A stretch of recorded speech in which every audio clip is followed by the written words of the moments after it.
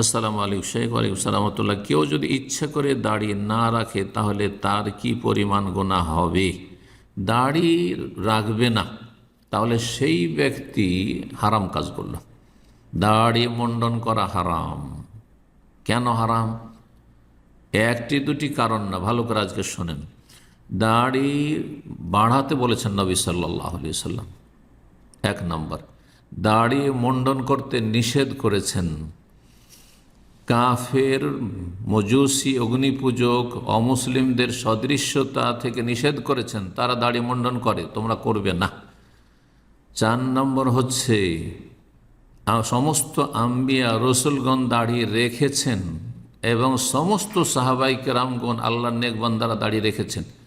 কোনো একজন সাহাবী দেখাতে পারবেন না, কোনো একজন নবী দেখাতে পারবেন না যিনি দাড়ি মুন্ডন করেছেন। জি। 5 নম্বর হচ্ছে যে দাড়ি মুন্ডনের ক্ষেত্রে নবী সাল্লাল্লাহু আলাইহি সাল্লাম আর একটি বিষয় রয়েছে, তা হচ্ছে নারীদের সদৃশ্যতা হারাম করেছেন। লানত রয়েছে ওই সব পুরুষদের ওপর যারা নারীদের বেশভূষা গ্রহণ করে, নারীদের মুখে দাড়ি থাকে না। আর আপনি পুরুষে যদি আপনি দাড়ি না রাখেন তো আপনি নারী সেজেছেন, এটা লানতের কাজ, অভিশাপের কাজ। তো আশা করি বিষয়গুলো বুঝতে পেরেছেন। 5টি 6টি দিক রয়েছে, যেই দিকগুলি কি আমরা যদি খেয়াল করি তো দাড়ি মুন্ডন করা কোনো মকরুহ অপছন্দনীয় কাজ নয়, বরং হারাম কাজ। আর হারাম কাজ মানে বড় গুনাহ। হারাম কাজ মানে বড় গুনাহ, কাবিরা গুনাহ।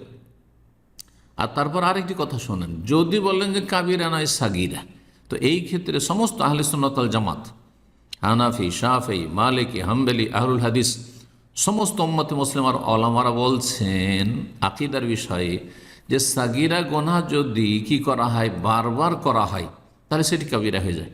আল ইসরারু আলা সাগীরাতিন কাবীরাতুন, এটি হচ্ছে কায়দা, মূলনীতি। যদি আপনি কন্টিনিউ করতে থাকেন সাগিরা গুনাহ, বারবার আপনি ছোট গুনাহ করতে থাকেন, তো সেটা কাবিরা গুনাহে পরিণত হয়।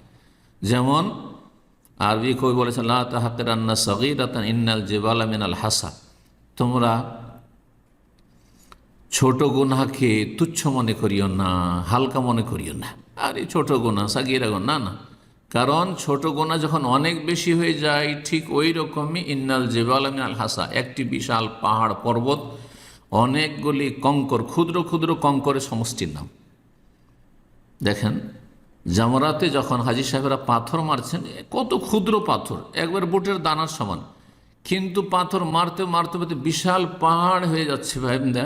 তখন সেটাকে কয়েক ঘন্টা পর পর বারবার করে কর্মকর্তাদেরকে, দায়িত্বশীলদেরকে সেখান থেকে সরাতে হচ্ছে, প্রশাসনের লোকদেরকে সরাতে হচ্ছে, সেখান থেকে দূরে ফেলে আসতে হচ্ছে।